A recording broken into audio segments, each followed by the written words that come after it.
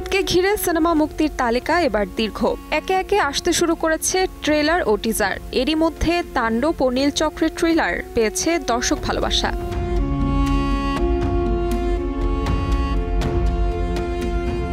এই তালিকায় যুক্ত হল আদর আজাদ ও পূজা চেরি অভিনীত টগর।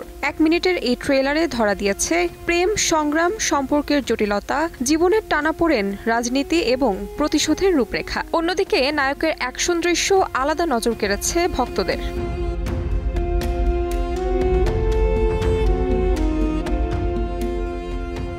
82 সেকেন্ডের একটি টিজারে কি নেই?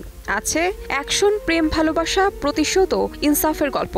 আসন্ন ঈদুল আজহার বহুল প্রতীক্ষিত সিনেমা ইনসাফে এবার প্রথমবারের মতো একসঙ্গে পর্দা ভাগাভাগি করছেন শরীফুল রাজ, তাসনিয়া ফারিন এবং অভিনেতা মোশাররফ করিম। ইতিমধ্যে ট্রেলারের ঝলকে মাতোয়ারা দর্শক।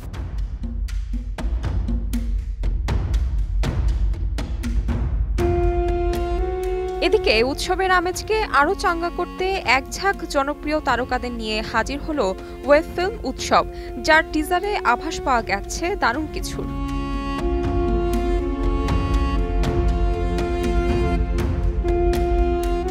সুপারস্টার শাকিব খানের সিনেমা তাণ্ডবের ট্রেলার প্রকাশের পর ভক্তরা এবার নড়েচড়ে বসলেন। ভিন্ন কিছু দেখতে মুখিয়ে তারা।